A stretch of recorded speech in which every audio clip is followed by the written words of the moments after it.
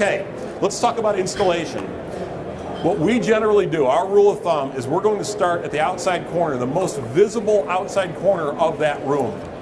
And the way we do this is not by taking two pieces of material and bevel ripping them and bringing them together like so. Have any of you guys ever tried to do this? No, I have. And I did it many years ago when I was very young and even more foolish than I am now, amazingly enough.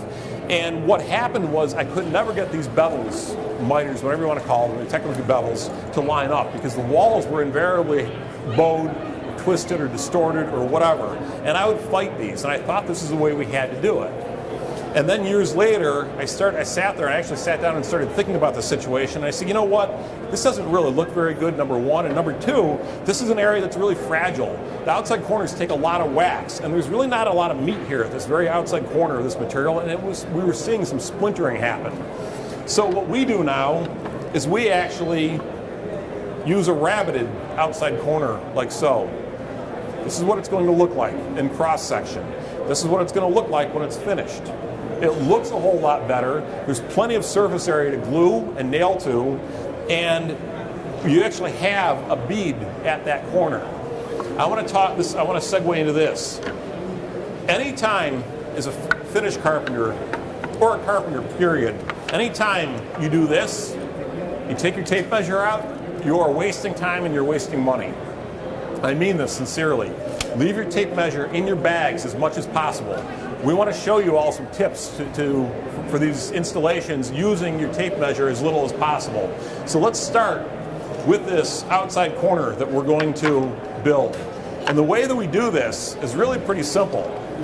The first thing I'm going to do is I'm going to set up the table saw, and I'm going to actually rip the tongue off of the first piece of beadboard. So this tongue right here needs to go away completely for this installation. Then I'm going to set the fence. Thanks, Ben. I'm going to set the fence, and I'm going to do this by eye. I'm going to keep the shoulder. I'm going to keep the shoulder right here lined up with the blade. And then I'm going to go through and I'm going to rip that tongue off. Set yourself up to work safely.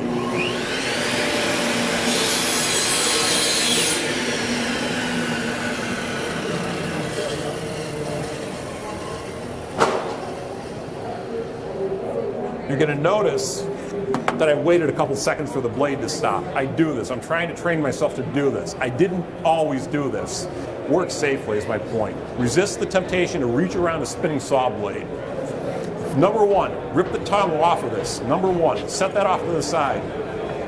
The next step is we're going to actually take our groove right here. This is going to be our mating piece. We're going to take our tongue and groove, the groove portion right here, and we're going to extend it down here. So I don't even need to take a tape measure out because I'm going to plow this, I'm going to extend this even deeper. You see the pencil mark? I'm going to extend that even deeper. How deep do I need to extend it? I need to extend it by the thickness of this piece right here. But I'm going to extend it not the full thickness. I'm going to extend it to this. There's a shoulder right in here. Let me draw a pencil line. I'm going to extend it that much. So from here to here is the distance that I need to set my, I'm sorry, Sue, got it? From here to here is the distance of the material that I need to remove. That's the thickness. Does that make sense? You guys with me? If it's not, tell me. I'm not explaining it properly. And to what Greg was speaking about before is the way you determine those depths, and the reference he was making about the tape measure is mark off of your work. Anytime you take that tape measure out, it introduces the opportunity for error. If there's one thing that you can do to really tighten your work up is mark directly off of your work. A good sharp pencil, if you want to go really OCD and go about a level beyond that, is mark your work with a knife. Yes. Take your piece to your job site, to your work area, mark it directly off of there and make your cuts. Absolutely. No room for error. Sorry, Ben. So what I've done is I'm sighting down the edge of this board. I'm sighting that bevel to the outside corner. This is not like, cabinet grade work. You don't need ultra precision. It should be good. but we're not measuring the 64th or worse yet the 128th, which is impossible. So this is my depth. This material needs to come away. I didn't take my tape measure out, obviously you notice that. I did all that live, standing here talking to you guys. So if I can do this, you can do this. So now I need to set the fence again.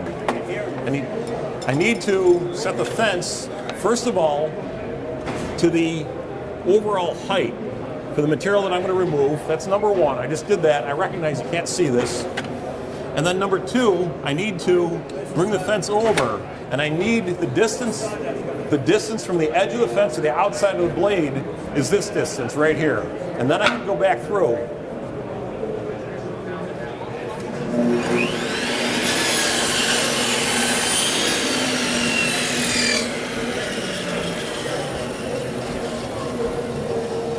Yeah, it takes a couple seconds for the blade to stop. I recognize that, but it's also safer.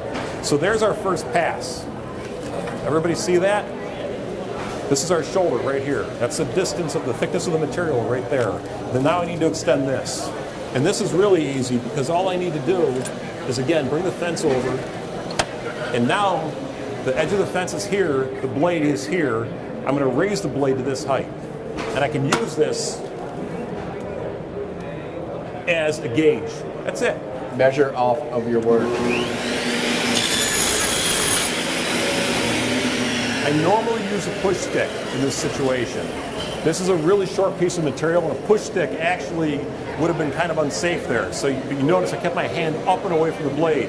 This is also not what we call a through cut, meaning we're not cutting completely through the board. We're taking a piece out. So it's a little bit safer. But don't get complacent at a table. So as I said, I came really close a couple of weeks ago, and it cost me some money rather than anything else. No matter. Alternatively, you could make that cut by doing a series of passes with that board flat and hogging the material out of it. Absolutely. Putting a dado stack in, using a router. Good point, thank you. So this is our finished corner. Does that make sense? You guys all see that? This is our corner, so this is going to withstand impact a whole lot better. We're going to go a step further. We're not just going to plow this rabbet, this is a rabbet joint now, and put it on the wall. We're going to pre-assemble it. Do you need to get that, Jeff? We're going to try and pre-assemble as much as we possibly can as finished carpenters, as anything. I Do it found on the bench. to be far more efficient to pre-assemble whatever you possibly can. So here's our corner already pre-assembled. This is what it's going to look like. So I've already done this, and we just have this pinned together. Normally we're going to take glue, we're going to glue this, we're going to pin it, usually 18 gauge. I say pins, they're brads technically. I need to start using the correct terminology. We're going to brad it together with 18 gauge brads, and we're going to glue this up. Now, the benefit to this when it's pre-assembled is that you can actually bring it to the corner and set it in place, and you can plumb it up, left or right. If this corner is slightly out of plumb, you can make adjustments with this pre-assembled piece. It's kind of like a corner post on vinyl siding, isn't it? Yeah, there it is. The challenge that you face when you do this is this. If we install this just like so, you've got a tongue going in this direction, which is all good, right? Because we want to install this material, we want to blind nail the material.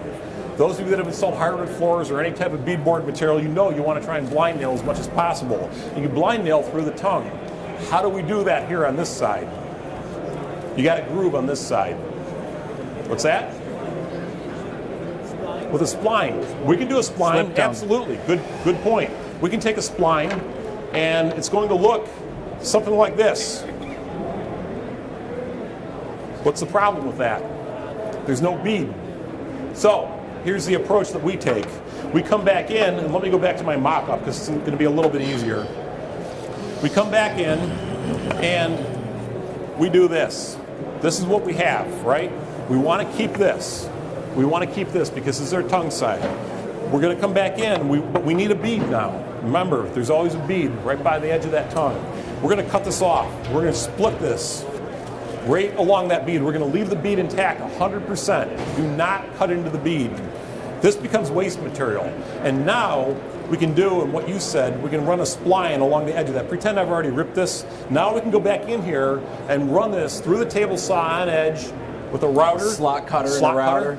And put a spline. We call it a slip tongue. You guys call it a spline. It's the same thing.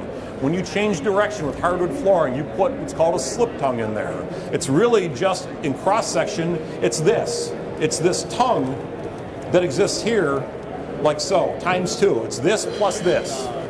So put your spline in there and you can change direction with that. So that's how we handle that detail. And then we can go back in, and Ben, do you want to actually install that? Sure. It's probably about time we actually installed some material. And now we can go back in and we can actually install that. Now, there are a couple of things going on here. Do you have your safety glasses? Thank you. I'm so used to just having them on my head. Sorry. Okay, there are a couple of things, as I mentioned. If you're going to pre-assemble this and you're going to install this as a unit, do I need to get out of the way so you guys can see? I'm sorry. If you're going to do this and you plumb this, now you've got a challenge because something's going on with that wall that needs to be adjusted. This is one of the reasons we generally remove the drywall ahead of time. And our preferred method is to strap that wall or put blocking in, because we're actually going to adjust the plane of that wall. We're going to plumb it out. We're going to correct the deficiencies that exist within that wall. Yeah, we can absolutely install plywood backing or whatever, but those deficiencies still exist in most instances. If the wall's really out to lunch, do yourself a favor and spend some extra time fixing those, because you're going to be chasing them every step of the way otherwise. If that wall is out of plumb a little bit, you can gradually bring this back into plane. What I mean by that is if the wall's leaning a little bit and then you come to that corner and you want that corner plumb for whatever reason, you can gradually fan this material. You can do it on a couple different axes, if you will. So that's one thing. Number 2, if you're working out of this corner and you cannot plumb that corner, at some point try to plumb the beadboard, because I'll tell you something, nothing looks worse. And this is why we don't like outlets and switches in our beadboard, especially if it's a little bit out of plumb, because if the outlet and switch is plumb and it's directly next to a bead, you're going to read it. It's going to give you a visual point of reference. You don't have to install all of your material in a house plumb, level, and square. It helps if we can do that, but we're not always able to achieve that. We recognize that. This is where the illusion comes into play. You know, it's an illusion that everything looks perfect, when in fact it's not. Alternatively, you could have started out here at your corner and you could have figured out what your difference is and cut a slight taper on this. You could have gone 1/4 inch to nothing right here and then made your rabbet for your corner on the backside, and you have now taken that completely out of the equation. You're starting plumb and working that way. I doubt anybody's eye is ever going to pick up that corner is now out of plumb, but you're going to be seeing that the rest of the beadboard and everything that it intersects down the wall is now plumb. Absolutely, but don't do it near the bead. Let me draw you an example. Don't do this. You know, resist the temptation to do this. Try and really emphasize that. Can we read that? Yeah. Now, and again, let me do it on a different piece. And I won't exaggerate quite as much, but I'll absolutely put it a little bit out of plumb. Can we read that? That's actually about an 1/8 inch out of plumb and only a 10-inch piece. You see my point? The eye is like one of the best tools you have. It's amazing what it can pick up. So to your point, yeah, dead on, Ben. Go ahead and adjust it as necessary. Now, when it comes to actually installing the material, I know this is common sense, but you should never be using your hammer or something to knock the edge of your material in. You're going to damage it, deform it. It's going to just make your next piece harder. You should always be knocking the material in with a beater block. So holding your piece in here and using this to drive your material over. Absolutely. Or alternatively, if you come into some that's really tough, I had some pre-primed beadboard I was doing about 2 weeks ago that the company primed extra heavy and didn't want to drive together. I'll take a scrap of material and rip it on an angle like this. You bring it over here, screw through here, and then drive this piece right here to act as a wedge to drive the material over. When you have bowed material, like I was saying, heavily painted material that's got bunged up tongues and edges on it that doesn't want to drive together. This is a trick that flooring contractors and deck installers use a lot of times. As you said, it's one piece, one block, rip it diagonally. It doesn't have to be 45, 30, 60 degrees, whatever, depending on the axis. Works, and then screw one down to a firm surface, use the other, and drive against it. And it's a wedge. You know, it's a lever. That's kind of the cool thing. You know, what do they say? If I had a big enough lever, I could move the world. You know, that's kind of what you're doing here. You're moving this stuff into position. Okay, so fan the material slightly at out of plumb corners, or use Ben's method, as he mentioned. One other thing, if you're going to install this material and you haven't been able to truly acclimate it, and you expect that it's pretty dry, maybe it's been over dried, and it's going to acclimate, meaning it's going to acclimate on the side to the point where it's going to expand, not contract, use spacers between the material. And can you show that? Or actually, you know what, I can just do it here. That's cool. Use spacers when you install the material. And what I mean by that is when you bring the material together, you bring the tongue and groove together, there's no law that says you have to do this. There's no law that says it has to be totally tight like that. You may think it looks better, but in reality, this works really well. Take a scrap. And what Greg's using for his shims right here is just scraps of plastic laminate. You can go to your plastic laminate dealer, wholesaler, whoever you have, and just pick up a sample ring like that. We keep them in our tool bags. I keep them in my shop. Make great shims. You can stack them and tape them together to get to certain thicknesses. Exactly. So this is what we use. We keep scraps of, we and call it like Greg was PLAM. talking about driving the pieces together, the seasonal movement of that piece of wood in white pine is probably going to be close to a 1/16 of an inch. So don't drive yourself crazy. I'm not saying to be sloppy in your install, but don't drive yourself crazy about getting those dead tight, because that wood's going to expand and contract anyways about that amount. Absolutely. The other thing is, if you are going to paint it, I really recommend painting the tongues first. Always, and stain especially. This is even truer if you're going to stain it, especially a dark color. Get some finish on that tongue, because if this material does contract, meaning it opens up and it shows a little bit of that tongue, you don't want to see unfinished wood in there. If I'm doing painted beadboard like this, I always either order it pre-primed or we pre-prime it ourselves in the shop. Got it. It's a lot easier. So these little PLAM spacers really work well. They're free. Most lumber yards will have them, cabinet manufacturers, distributors, whatever it might be, countertop shops, and you can often get rings for free, especially if it's like last year's models or colors or whatever. And they come already on these chains, and as Ben mentioned, we use them for shims as well, or we use them for setting thickness.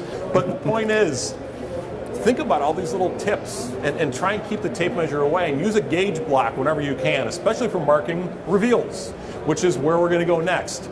Okay, so any questions about any of this so far? You guys are all good? The actual installation of the beadboard is really, really simple, and it's really quick. The question is whether we're shimming for movement or whether we're shimming to correct for a wall. What Greg was describing is shimming to correct for a wall. So in that scenario, when he's using those little PLAM shims, if we've got a 1/4 inch of lean out at the top, what we'll do is we'll take, and for 4 pieces, we'll shim the top of the piece over a 1/16 and keep the bottom tight to start cheating it. It's just like when you're coursing clapboard on a wall or something like that. You can start cheating it to make, you know, your lines end up where you want. Yeah. Though you absolutely could use these to shim for movement as well. As I said, if you're expecting this material to expand, absolutely. Take a piece of your PLAM, stick it between the tongue and groove, top and bottom, and there's your space. You're installing this stuff in a house in the middle of January with like 20% humidity, and that material's at 5% moisture content. It's going to swell. You can go ahead and do that. Exactly. But my point is, these plastic laminate shims are consistent. And that's what we're after. We're after consistency, and we're after consistency from each crew member. First off, and I'm using these more and more, I started using them for siding work years and years ago. This is actually a pretty good sized cutting table. The difference between this cutting table and some of the ones that you probably have seen knocked together on a work site is ours folds flat. And we do that like so. We take standard 2x4 lumber, we put cross members at 16, 24-inch centers, 12-inch centers, whatever works for you. We drive one fastener through the back into each one, and then it can do this. It can fold flat. And when it's folded up flat, it only takes up 7 inches of space on the width, or whatever the dimension of your of your primary members are, times 2. So if I've got a 2x4 here, 2x4 here, it's 7 inches. This goes from 24 inches to 7 inches just by doing that.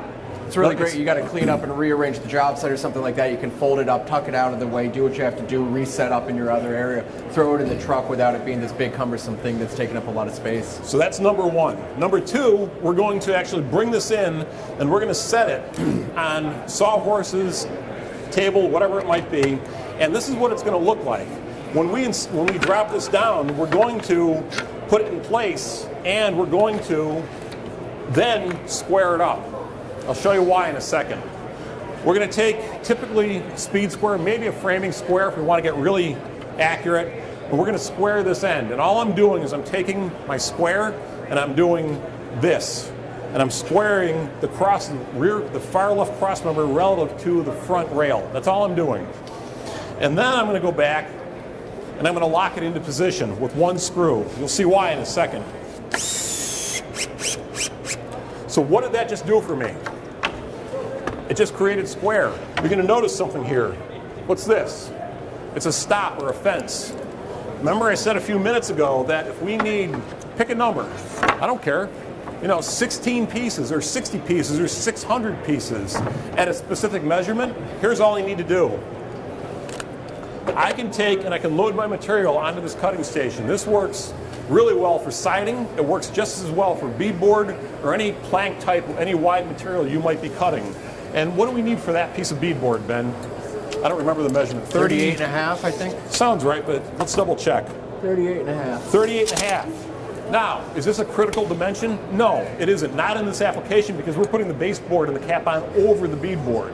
But if this were one of those situations where we needed a really tight dimension, that's why I want to make sure that his tape is reading the same as mine, so I don't give him a piece and he says, wait, man, this is a 1/16 too short. So I mark 38 and a half, and in this situation, I don't even need to square this. I've got 38 and a half, and I've got one piece here, I got another piece here. In reality, I could have another piece there, I could double stack this, I could cut 6 or 8 pieces at one time with one measurement without taking the square out, because then I can take my track saw and do this.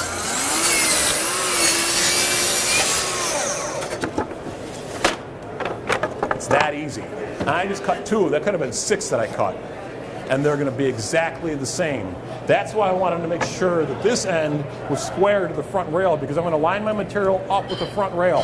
I'm going to butt it into my stop at the end, and then I'm going to measure from there, and everything is going to be square.